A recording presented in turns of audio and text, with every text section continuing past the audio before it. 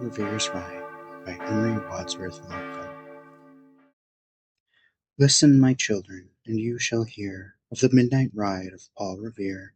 On the 18th of April in '75, hardly a man is now alive who remembers that famous day and year. He said to his friend, "If the British march by land or sea from the town tonight, hang a lantern aloft in the belfry arch of the north church tower as a signal light. One if by land, and two if by sea. And I on the opposite shore will be, ready to ride and spread the alarm through every Middlesex village and farm, for the country folk to be up and to arm." Then he said good night, and with the muffled oar silently rowed to the Charleston shore, just as the moon rose over the bay, where swinging wide at her moorings lay the Somerset, British man-of-war, a phantom ship, with each mast and spar across the moon like a prison bar, and a huge black hulk that was magnified by its own reflection in the tide. Meanwhile his friend through alley and street wanders and watches with eager ears, till in the silence around him he hears the muster of men at the barrack door, the sound of arms and the tramp of feet, and the measured tread of the grenadiers marching down to their boats on the shore. Then he climbed the tower of the old North Church, by the wooden stairs with stealthy tread, to the belfry chamber overhead, and startled the pigeons from their perch on the sombre rafters that round him made masses and moving shapes of shade, by the trembling ladder, steep and tall, to the highest window in the wall, where he paused to listen and look down a moment on the roofs over the town, and the moonlight glowing over all. Beneath, in the churchyard, lay the dead, in their night encampment on the hill, wrapped in silence so deep and still that he could hear, like a sentinel's tread, the watchful night wind as it went, creeping along from tent to tent, and seeming to whisper, "All is well."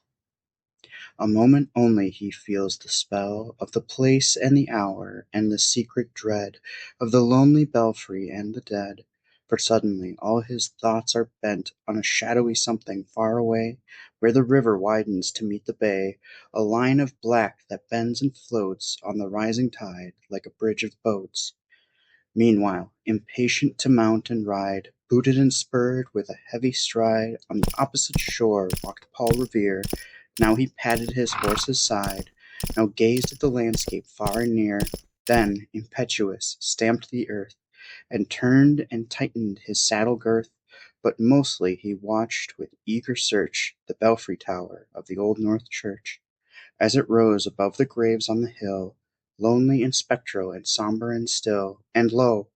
as he looks on the belfry's height, a glimmer, and then a gleam of light. He springs to the saddle, the bridle he turns, but lingers and gazes till full on his sight a second lamp in the belfry burns. A hurry of hoofs in a village street, a shape in the moonlight, a bulk in the dark, and beneath from the pebbles in passing a spark, struck out by a steed flying fearless and fleet.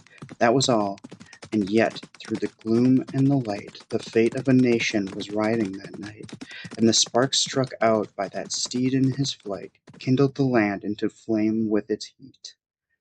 He has left the village and mounted the steep, and beneath him, tranquil and broad and deep, is the mystic, meeting the ocean tides, and under the alders that skirt its edge, now soft on the sand, now loud on the ledge, is heard the tramp of his steed as he rides. It was 12 by the village clock, when he crossed the bridge into Medford town. He heard the crowing of the cock, and the barking of the farmer's dog, and felt the damp of the river fog that rises after the sun goes down.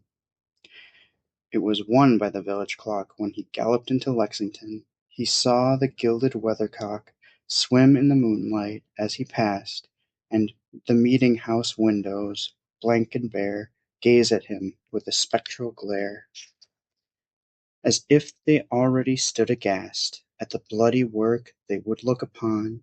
It was 2 by the village clock When he came to the bridge in Concord town, he heard the bleating of the flock and the twitter of birds among the trees, and felt the breath of the morning breeze blowing over the meadows brown.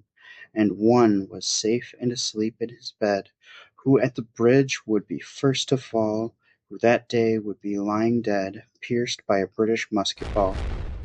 You know the rest, in the books you have read, how the British regulars fired and fled, how the farmers gave them ball for ball, from behind each fence and farmyard wall, chasing the redcoats down the lane, then crossing the fields to emerge again under the trees at the turn of the road, and only pausing to fire and load. So through the night rode Paul Revere, and so through the night went his cry of alarm to every Middlesex village and farm, a cry of defiance and not of fear, a voice in the darkness, a knock at the door, and a word that shall echo for evermore. For, borne on the night wind of the past, through all our history to the last, in the hour of darkness and peril and need, the people will waken and listen to hear the hurrying hoofbeats of that steed, and the midnight message of Paul Revere.